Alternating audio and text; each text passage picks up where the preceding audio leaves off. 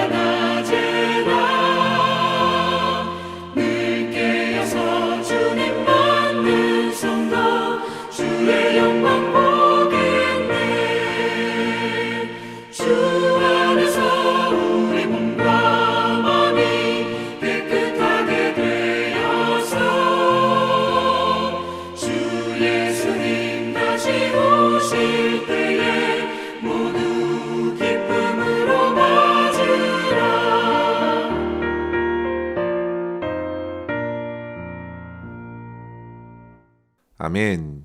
이 시간 함께 나눌 말씀은 잠언 26장 17절에서 28절입니다.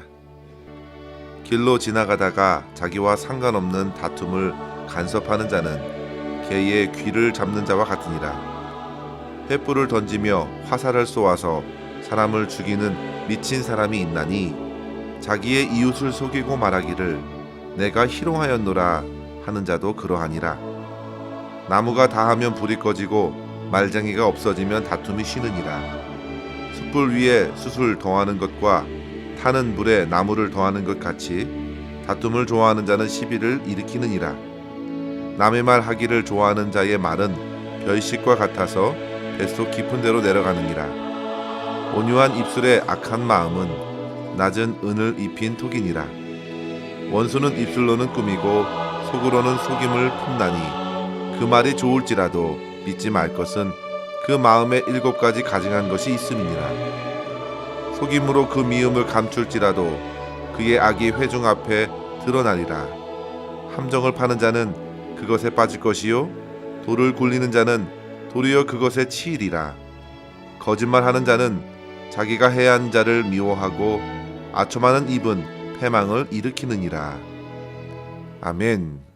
잠언 26장에는 앞부분에서 미련한 자의 어리석음에 대하여 비교적 긴 내용으로 가르쳐 주었습니다. 생명의 삶 어제 본문 1절부터 12절까지에서 단 2절만 빼고 모든 구절에서 미련한 자의 모습을 경고해 주고 있습니다. 그만큼 지혜를 등지고 자기 고집대로 살아가는 미련한 성품을 깨우시는 말씀이라 할 수 있습니다. 미련한 사람은 한마디로 하나님을 경외하지 않고 스스로 지혜롭게 여기는 사람입니다. 그렇기 때문에 점점 지혜와는 거리를 두고 계속 반복적으로 그 미련함을 나타내는 것이죠. 11절에 보시면 개가 그 토한 것을 도로 먹는 것 같이 어리석음에 갇혀있는 모습을 단편적으로 일러줍니다. 그리고 결국 그 미련한 태도는 삶의 게으름으로 이어지는데요. 이 시간 함께 읽지는 않았지만 13절에서 16절까지 모든 구절에서 게으름을 언급하면서 우리에게 게으름의 모습을 상상하게 해줍니다.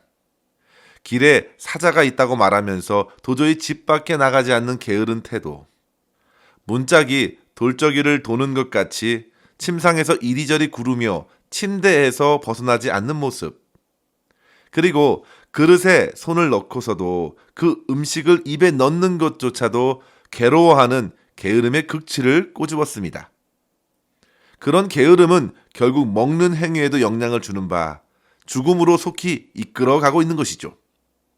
그런데 성도 여러분, 그럼에도 게으른 자 또한 앞서 언급한 미련한 자와 같이 스스로를 지혜롭게 여긴다는 것입니다. 성도 여러분, 하나님께서 주시는 지혜의 말씀 앞에서 우리가 취할 수 있는 최선이 무엇일까요? 무엇보다도 말씀하시는 하나님을 신뢰하고 하나님을 경외하며 그 말씀을 받아들일 수 있는 은혜를 누리는 것입니다. 더 이상 미련함과 게으름에 붙들려 있지 않도록 우리는 먼저 하나님께서 말씀을 주실 때마다 그 말씀을 겸손하게 받을 수 있는 은혜를 구할 수 있기를 바랍니다. 오늘 우리가 읽은 말씀은 어리석고 미련한 사람의 여러 가지 모습들을 소개하고 있는데요. 한마디로 정리하자면 어리석은 사람은 자기만의 문제로 그치지 않고 다툼을 더욱 일으키는 자로 드러난다는 것입니다. 본문 17절 말씀은 다른 사람들의 싸움에 간섭하는 그 사람이 바로 미련한 사람들입니다. 마치 그는 떠돌아다니는 개의 귀를 잡는 자와 같아서 결국 개에게 물리듯이 다툼에 더욱 휘말리게 될 것입니다. 심지어 18절과 19절에는 화살을 쏘고 사람을 죽이고 나서도 아무렇지도 않는 것처럼 여기는 미친 사람과 같다고 말합니다. 그렇게 이웃을 속이고 온갖 피해를 가져다 주면서도 그저 한마디로 그는 말하지요. 농담으로 한 말입니다. 성도 여러분, 그저 농담으로 던진 말, 자기의 즐거움으로 던진 말이 다른 사람들에게는 화살처럼 꽂혀서 잠을 이루지 못하게 하고 소중한 관계들을 파괴하는 것입니다. 그런 일이 벌어졌음에도 너무나도 쉽게 사과합니다. 참으로 황당한 경우를 일으키는 사람들이 바로 미련하기 때문이라고 언급하고 있는 것이죠. 그리고 그들은 온갖 말을 쏟아내면서 다툼을 더욱 키우는 사람입니다.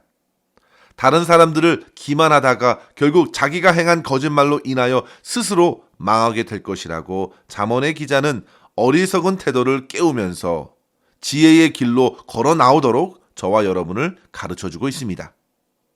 따라서 성도 여러분, 오늘 이러한 말씀을 우리가 묵상하면서 우리는 지혜로운 성도로서 다툼에 대하여 두 가지의 교훈을 함께 붙들었으면 좋겠습니다.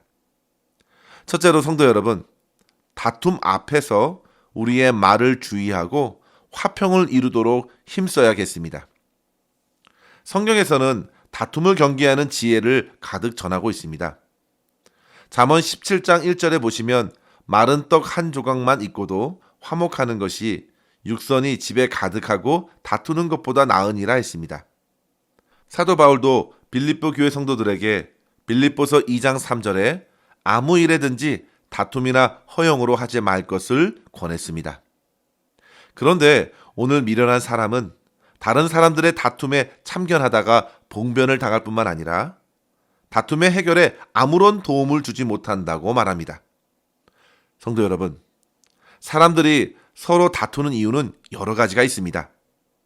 다툼을 촉발하는 일은 다른 사람들의 눈으로 볼 때에는 설령 매우 단순해 보일지라도 실상 그 내막은 이루 말할 수 없는 복잡하고 많은 갈등이 깔려 있다는 사실입니다. 그런데 순간 그 빙산의 일각만 보고서 잘잘못을 따지려고 하고 자기의 공명심을 앞세워 다툼을 해결해 보려는 것은 다툼의 해결이 아닌 더 큰 다툼으로 이어질 수 있다는 사실을 알아야겠습니다. 따라서 성도 여러분, 우리는 싸움을 서로 말리되 갈등의 해결을 위해 서로 참아주고 위로하는 길로 이끌어줄 수 있어야겠습니다. 서로 잘잘못을 따지려 하지 말고 잠언 17장 9절에 허물을 덮어주는 자는 사랑을 구하는 자요 그것을 거듭 말하는 자는 친한 벗을 이간하는 자라 했으니 거듭 말로써 다툼을 제어하려기보다 서로 사랑으로 용서하고 덮어주도록 겸손하게 권할 수 있겠습니다. 특별히 본문에서 다툼과 분쟁이 말로써 촉발된다는 사실을 기억해야 합니다. 성도 여러분, 우리의 말을 우리는 늘 절제하고 잘못된 일이 있거든 정중히 사과하며 끝까지 화평을 구할 수 있어야겠습니다. 오늘 말씀 20절에 보시면 나무가 다하면 불이 꺼지고 말쟁이가 없어지면 다툼이 쉬느니라 했습니다. 다툼을 더욱 일으키는 것은 말쟁이라는 것입니다.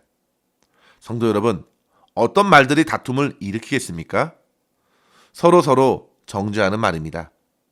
잘잘못을 따지려는 말입니다. 본문 21절에 보시면 숯불 위에 숯을 더하는 것과 타는 불에 나무를 더하는 것과 같은 것입니다. 말로써 더욱 사람의 마음에 불을 지펴놓습니다. 그런 따지고 정죄하는 말은 결국 그 사람에게는 깊은 상처로 남게 되고 그것이 쌓이고 쌓여 원망과 불평으로 터져나와 다툼과 시비를 일으키는 것입니다. 또한 각자가 갖고 있던 불평을 조장하는 말이 곧 다툼을 키웁니다. 감사하고 이해하는 말, 사랑하고 참아내자는 말이 아니라 뭔가 과격하게 해결하려고 말을 토하면 싸움이 됩니다. 성도 여러분, 서로 불평과 원망의 말이 나올 때에 그 말에 불평으로 반응하지 마시고 단호하게 말의 역전을 이뤄내십시오. 원망을 일으키는 상황에서도 감사한 일을 한번 찾아보십시오. 그동안 은혜 누렸던 것을 떠올리고 은혜로운 말로 원망과 불평의 말을 희석시켜야 되겠습니다. 무엇보다도 성도 여러분, 하나님의 선하신 손을 끝까지 믿음으로 바라보도록 서로 격려하는 것입니다. 그런 사람이 지혜로운 사람입니다. 18절에 보면 우리가 무심코 내뱉은 말이 다른 사람들에게 횃불과 화살로 다가가 그를 죽이는 데까지 몰아갈 수도 있음을 알고 생각 없이 재미삼아 말하는 것도 늘 주의해야 합니다.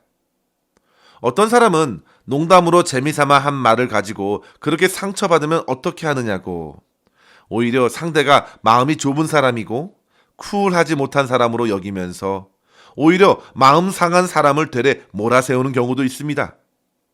성도 여러분, 이것은 참으로 교만한 태도입니다. 사람을 2번 때리다 못해 2번 죽음으로 몰아세우는 것처럼 악한 것입니다. 성도 여러분, 교만과 게으름과 어리석음은 항상 같이 갑니다.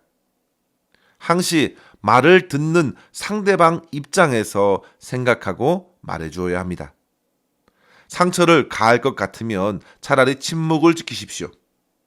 다른 사람을 험담하고 싶으시면 차라리 입을 닫으십시오. 때때로 우리는 침묵 훈련을 통해 다툼을 완화시킬 수 있습니다.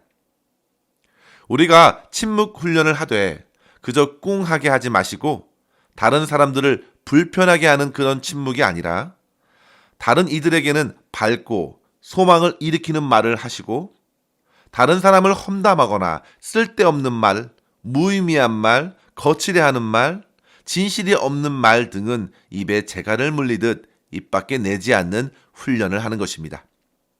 그래서 우리의 인생 여정에 다툼과 시비를 그치고 화평을 더욱 이루어낼 수 있는 그런 성도의 삶을 살아낼 수 있기를 주의 이름으로 간절히 축원합니다. 둘째로 성도 여러분, 거짓과 위선을 경계하시고 정직하게 그리고 진실된 태도로 서로를 대할 수 있어야겠습니다. 본문 23절 이하부터 보시면 들리는 입술의 언어와 속마음이 철저히 다르기 때문에 결국 언젠가는 그 거짓과 위선이 폐단으로 나타나서 공동체를 어지럽히게 하고 사람들을 상하게 한다고 경고합니다. 성도 여러분, 한국에서는 워낙 겉으로 드러나 보이는 것을 중요시 여기는 풍조 때문에 얼마나 많은 사람들이 거짓과 속임수로 사회를 어지럽히는지 모릅니다. 오래전에 터져나온 연예인들의 학력 위조 사건들, 심지어 대학의 교수들과 교회의 목회자들까지도 자기의 학력을 포장하고 위조하면서 사람들에게 인정받으려는 일들이 얼마나 많았습니까? 결국 그 모든 것들은 부끄러운 일들입니다. 23절에 온유한 입술의 악한 마음은 마치 얇게 은으로 입힌 톡이라고 했습니다. 속이는 것이죠. 얼마 전에 한국 뉴스를 보았는데요. 한 젊은이가 은을 사서 그 겉을 금으로 살짝 입혀 금은방에 금으로 속여 팔았습니다. 그 주인은 그것을 가공하기 전까지 전혀 알아볼 수가 없었다고 합니다. 결국 그로 인해서 수많은 사람들의 피해를 입었고 더욱 한국 사회는 불신이 가득하게 되는 것입니다. 성도 여러분, 거짓과 속임수는 오래전부터 사단의 주특기입니다. 죄의 영향은 곧 속임과 거짓으로 나타납니다. 자신을 포장하고 가리는 것이죠. 정직하게 진리의 말씀 앞에 서기보다 숨고 속이려고 합니다. 죄인의 특징입니다. 따라서 우리는 죄로 가득한 세상에 살면서 늘 주의해야 합니다. 25절에 보시면 그 말이 좋을지라도 믿지 말라 했습니다. 신중하게 지켜봐야 합니다. 26절에 결국 그 속마음이 드러나는데요. 그 마음 안에 미움이 있는 것입니다. 그 미움의 악한 마음이 결국 끝까지 숨길 수 없이 나타난다는 말입니다. 성도 여러분, 거짓말은 끝내 드러납니다. 하나님의 눈앞에 다 밝혀집니다. 영원히 속일 수 있는 거짓말은 없습니다. 사단의 마음은 결국 하나님 말씀 앞에 드러납니다. 그 마음은 이간질하는 마음이고 하나님을 미워하고 성도들을 미워합니다. 하나님의 사랑을 밀쳐내고 이간질하여 다투고 시기를 일으키고 스스로 무너지도록 사단 마귀는 온갖 거짓 속임수로 수작을 부립니다. 따라서 성도 여러분, 우리는 더욱 영적으로 정신을 차려야 합니다. 겉으로 드러난 화려한 언변과 이를 척척 해내는 능력에 현혹되지 말고 그 사람이 진실하고 정직한가 가만히 지켜보십시오. 그리고 그와 같은 말씀으로 우리 자신의 심령을 늘 깨워야 됩니다. 주님 앞에서 항상 진실하고 정직한 삶을 살아내도록 말씀 앞에 겸손히 자기의 죄악을 고백하고 거룩해 하시는 하나님, 지혜와 성령으로 충만케 하시는 그 하나님의 은혜를 힘입어 서로 진실한 마음으로 대하고 축복할 수 있는 저와 여러분 될 수 있기를 주의 이름으로 간절히 축원합니다. 기도하겠습니다. 하나님 아버지 감사합니다. 오늘도 지혜의 말씀으로 우리의 어리석고 미련한 마음을 깨워주심에 감사합니다. 하나님 아버지, 겸손하게 주님의 말씀을 믿음으로 받게 하여 주시고 주의 말씀이 변화시켜 주시는 그 은혜를 누리게 하여 주시옵소서. 어리석은 저희의 마음을 제하여 주시고 주님의 지혜와 주님의 성품을 배워나갈 수 있도록 인도하여 주시옵소서. 다툼과 시기가 가득한 세상에서 헛된 말로 판단하여 더욱 상처 주는 일이 없도록 우리의 입술을 제어하게 하시고 정죄하고 불평하는 말이 아니라 사랑하고 용서하는 말, 서로 위로하고 격려하는 말로써 주님의 공동체를 든든히 세워가게 하여 주시옵소서. 우리의 모든 삶을 주님의 손에 의탁하옵고 감사드리며 우리 구주 예수님의 이름으로 간절히 기도하옵나이다. 아멘. 사랑하는 성도 여러분, 오늘도 주 안에서 승리하시길 바랍니다. 감사합니다.